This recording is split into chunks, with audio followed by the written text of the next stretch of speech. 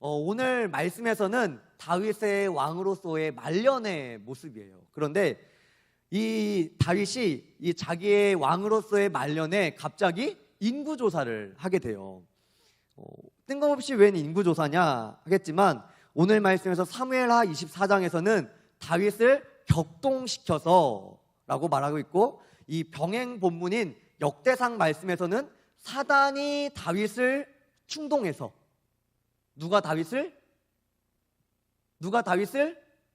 사단이 다윗을 충동해서 다윗이 인구조사를 하게 됐다라고 말씀하고 있어요. 우리 역대상 21장 1절 말씀 우리 함께 읽어볼게요. 시작.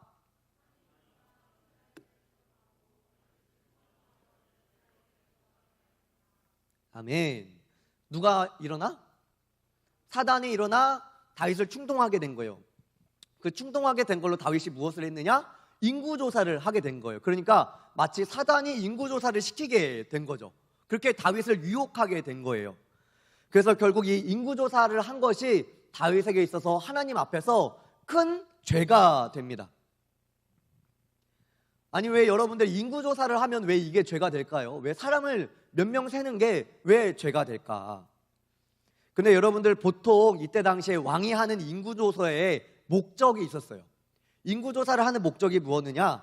이것은 자신에게 있는 군사가 몇 명이나 되는지를 헤아려 보는 거야. 이것을 무엇을 의미하느냐? 내 왕권이, 내 힘이 얼마나 되는지를 알아보기 위해서 인구조사를 하게 되었던 거죠. 그래서 이게 내가 굉장히 강해졌구나, 내가 높아졌구나, 내가 왕으로서 되게 할만하는구나 라는 어떤 생각을 갖도록 하는 게 바로 이 인구조사였던 거였죠.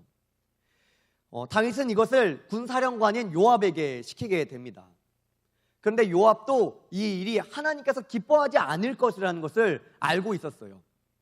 우리 3절 말씀인데요, 우리 사무엘하 24장 3절 말씀 우리 함께 읽어봅니다. 시작.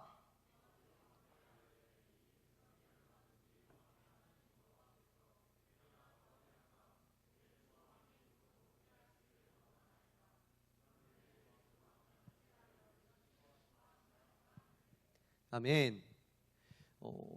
그 다윗에게 있어서 가장 이 오른팔이 되는 이 군사령관인 요압도 이 일을 이상하게 여기는 거예요.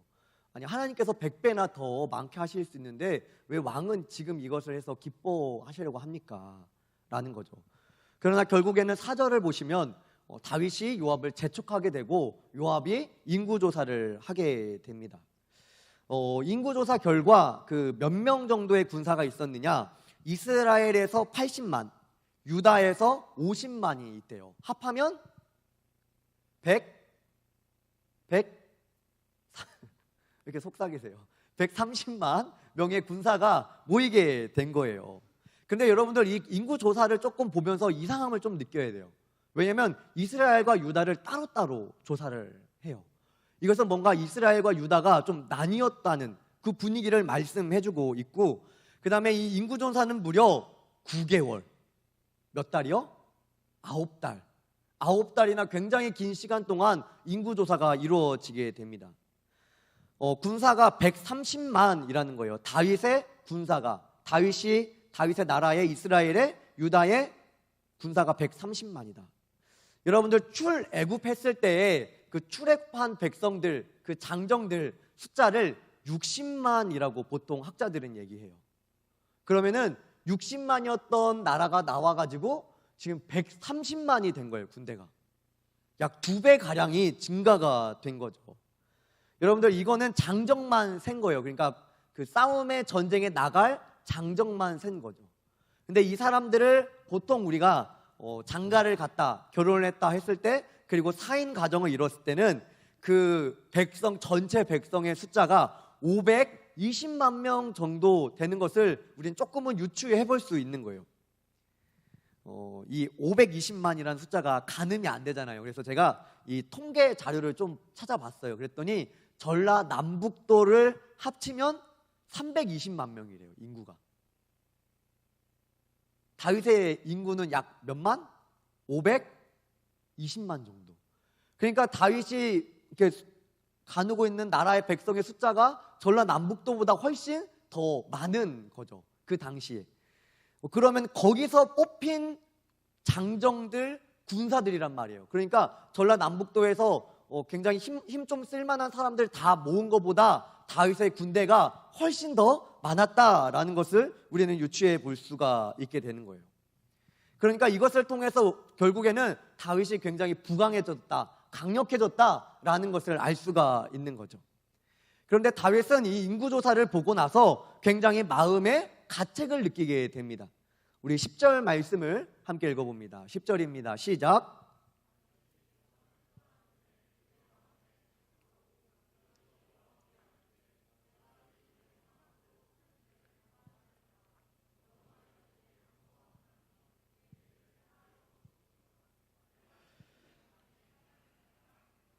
아멘. 역대상 말씀에서는 병행구절인 이 역대상 말씀에서는 하나님께서 다윗을 먼저 치셨대요. 다윗을 먼저 치셨고 다윗이 깨닫게 돼서 회개를 한다고 하는데 오늘 말씀에서는 다윗이 먼저 하나님 앞에 회개하는 모습을 보여주고 있습니다. 하나님께서는 다윗이 회개를 했음에도 불구하고 다윗에게 벌을 주세요. 심판을 하세요. 오늘 이 말씀에서는 세 가지로 말씀합니다. 첫 번째로는 너에게 7년 기근이 있을 것이다. 두 번째로는 너가 원수에게 3달을 도망 다닐 것이다. 세 번째로는 3일간 전염병이 있을 것이다 라는 세 가지 어떤 심판을 하나님께서 말씀하시고 다윗아 너가 골라라 라고 말씀하세요. 그런데 다윗은 이 가운데 아무것도 선택하지 못합니다. 단지 하나님의 손에 징계를 받기를 원합니다 라고 다윗이 고백을 하게 돼요. 아마 기간도 다르고 그 기간에 따라서 강도가 달랐기 때문에 다윗이 무언가를 선택하기에는 너무 부담스러웠던 일이었을 것 같아요. 그러고 나서 다윗은 계속해서 하나님 앞에 회개하는 마음으로 나아가요. 하나님께 긍휼을 구하고 하나님의 자비를 구하는 회개의 모습으로 계속해서 하나님 앞에 나아가게 됩니다. 결국 하나님께서는 그 땅 가운데 전염병을 내리셨어요. 그래서 하나님께서 어떤 정한 기간 내에 7만 명이 죽게 됩니다. 여러분들 7만 명이 어느 정도 될까 제가 조금 또 그 통계 자료를 보니까 계속 보게 되더라고요. 보니까 이 모현동, 영등 1, 2동, 어양동, 부송동 사람들이 다 죽으면 7만 명이 어느 정도가 되는 거예요. 되게 끔찍하죠. 끔찍한 거죠. 그러니까 코로나와 같은 전염병이 돈 거예요. 그래서 7만 명이 다 죽게 된 거죠. 그 기간이 얼마라고 학자들은 말하냐면 하루 정도라고 해요. 하루에 7만 명이 죽게 된 놀라운 재앙이 일어난 거죠. 한 사람의 범죄로 끔찍한 일이 있어서 수많은 사람들이 죽게 돼요. 다윗은 이러한 것들을 계속 목격하면서 하나님 앞에 계속 회개하며 나아갑니다. 17절 말씀이에요. 17절 말씀 함께 읽습니다. 시작.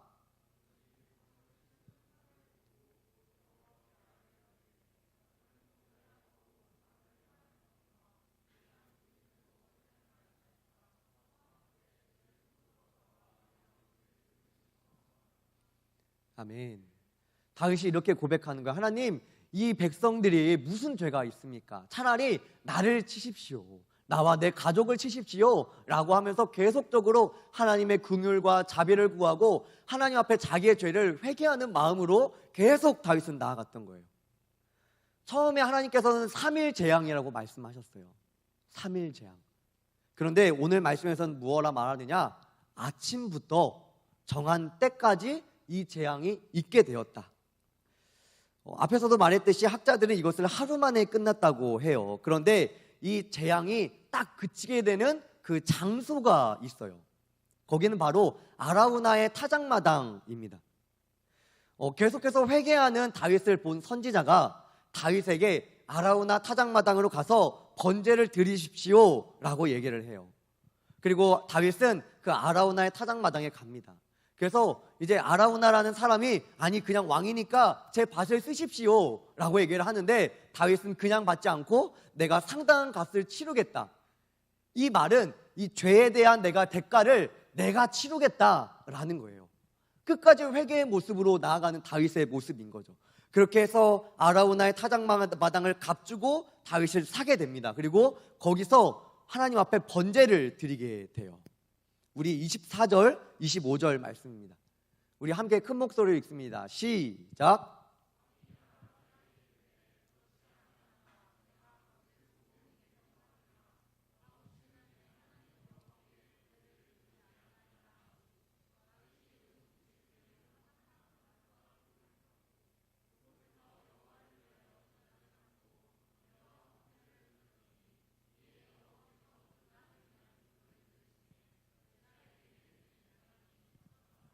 아멘. 여러분들 이 말씀 24절과 25절을 보면 그곳에서 여호와를 위하여 제단을 쌓고 번제와 화목제를 드렸더니, 오늘날로 치면은 다윗이 회개하는 마음으로 그곳에서 예배를 드렸더니 이에 여호와께서 그 땅을 위한 기도를 들으심에 이스라엘에게 내리는 재앙이 그쳤더라. 결국 다윗이 하나님 앞에 회개하는 마음으로 어떤 자신의 왕으로서의 연말, 그 뭔가 끝을 바라보는 그러한 나른함으로 나아가는 것이 아니라, 긴장 없음으로 나아가는 것이 아니라 하나님 앞에 다시 한번 회개하고 갈급한 심령으로 진실한 예배를 드렸을 때 하나님께서 그 예배를 받으시고 그의 기도를 들으시고 재앙을 돌이키시는 것을 오늘 말씀을 통하여 볼 수가 있는 거예요. 청년들, 22년도에 끝이 다가오고 있습니다. 올 한 해의 여러분들의 예배는 어떠셨나요? 여러분들 오늘날 드리고 있는 여러분들의 예배는 어떤 모습인가요? 여러분들 한 해의 예배가 계속적으로 익숙하게 진행되면서 오늘도 그냥 그렇게 익숙한 예배를 여러분들은 드리고 있지는 않습니까? 혹은 여러분들의 삶에 너무 익숙해서 어떤 분별력을 잃어버리고 살아가고 있지는 않습니까? 여러분들, 우리가 익숙해져 있고 영적으로 예민해지지 않고 있고 분별력은 잃은 그때가, 분별력을 잃어버린 그때가 바로 사단의 속임과 게임에 넘어가기 딱 좋은 때라는 것을 기억하시기 바랍니다. 다윗은 그의 왕위의 연말에 정말로 긴장을 풀기 너무 쉬운 그때에, 군사가 등등이 있는 그때에, 너무나도 내가 가만히 있어도 아무것도 하지 않아도 잘 굴러가는 그때에 분별력을 잃어버렸죠. 사단의 속임에 넘어가게 된 거예요. 그의 결과 백성 7만 명이 하루 만에 죽게 되었던 큰 죄를 범하게 된 것입니다. 여러분들, 다윗 어떤 사람이에요? 다윗은 여러분들 믿음이 굉장히 좋은 사람이에요. 하나님을 예배하기를 너무 사랑하는 사람이에요. 그런 사람인 다윗도 사단의 게임에 넘어갔다는 사실을 여러분들 기억하시기 바랍니다. 할렐루야. 그리고 그 게임에 넘어가는 것이 큰 죄가 되어서 수많은 사람들이 죽게 되었다라는 거예요. 여러분들, 다윗은 범죄했지만 구약에 나오는 다른 왕들과는 다른 모습을 보여줍니다. 그 다른 모습이 무엇이었냐? 재앙이 3일간 가야 될 재앙이 하루 만에 멈추게 될 그 다윗의 행동이 어디에 있었느냐? 그것은 끝까지 회개하며 하나님의 자비와 긍휼을 구하는 다윗의 모습이에요. 상한 마음을 가지고 하나님 앞에 계속해서 나아가는, 하나님, 제가 죄인입니다. 저 백성들이 뭐가 죄가 있습니까? 하나님, 차라리 저를 치십시오 하는 다윗의 모습이었던 거죠.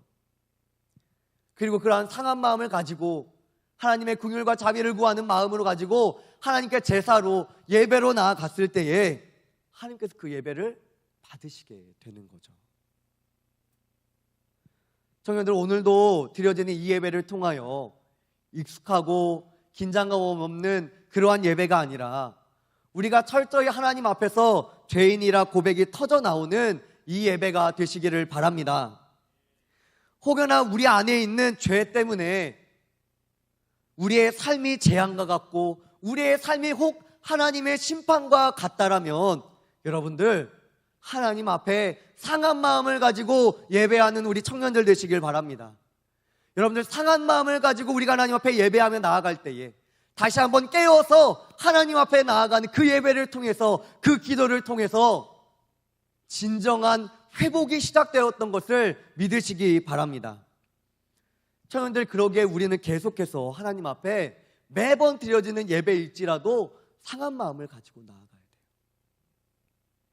우리가 여전히 하나님의 백성이지만 그럼에도 죄를 사랑하는 죄성이 우리 안에 너무나 가득한 것을 하나님 앞에 매일매일 고백하며, 하나님, 나는 은혜가 없으면 안 되는 사람입니다. 하나님께서 나를 지탱해 주지 아니하시면 나는 할 수 없는 사람입니다. 그렇게 긍휼과 자비를 계속해서 구하며 나아가야 된다라는 거예요. 청년들, 놀라운 것은 이 다윗의 죄로 인하여 7만 명이나 되는 사망자가 나타나게 됐지만, 다윗이 상한 마음으로 회개하며 하나님 앞에 나아갔던 이 아라우나의 타작마당이 나중에 솔로몬 성전이 돼요. 그곳이 다윗이 정말로 상한 마음으로 예배드렸던 그 아라우나의 타작마당이 나중에 솔로몬의 성전이 되고, 이곳은 또 어떤 곳이냐면 아브라함이 이삭을 잡으려고 했던, 하나님께 순종해서 이삭을 잡으려고 했으나 하나님께서 어린 양을 예비하셨던 여호와 이레의 장소가 바로 이 아라우나의 타작마당이라는 거예요. 다윗이 상한 마음으로 예배드렸던 그곳이 하나님의 임재가 가득한 성전이 되었다라는 거예요. 여러분들, 우리는 끊임없이 죄를 짓는 죄인이에요. 그러나 그럼에도 불구하고 상한 마음으로 하나님 앞에 나아가는 그 자리 가운데 하나님께서 임재하시고 그 자리를 하나님의 성전 삼아 주신다는 것을 믿으시기 바랍니다. 할렐루야. 청년들, 이번 주일은 종교개혁 주일로 지냅니다. 여러분들, 종교개혁이라는 것이 무엇이냐? 중세시대에 굉장히 종교적으로 어두웠던 그 신앙의 모습에서 개혁하기 위해서, 바뀌기 위해서, 어둠에서 벗어나기 위하여 몸부림을 쳤던 날이 바로 오늘이라는 거예요. 그 신앙에 익숙함에서, 그 신앙의 익숙함에 젖어들어서 너무 이제는 어두워져 버린 종교의 모습, 그것에서 벗어나기 위하여 종교 개혁이 일어났던 날이 이번 주라는 거예요. 청년들, 안일했던 여러분들의 신앙에서 벗어나시기 바랍니다. 할렐루야. 여러분들의 신앙의 모습이 안일하다면, 그냥 익숙하다면 속히 그 자리에서 벗어나시기 바랍니다. 하나님 앞에 상한 마음으로, 정말로 간절한 마음으로 나아가는 모든 청년들 되시길 바랍니다. 우리 자리에서 일어나 봅시다. 우리 이 시간에 다시 복음 앞에라는 찬양을 하며 결단하며 나아가기를 원합니다. 여러분들, 우리가 아무리 많은 예배를 드려도, 우리가 입술로 많은 고백을 할지라도 중요한 건 하나님은 우리의 중심을 받으세요.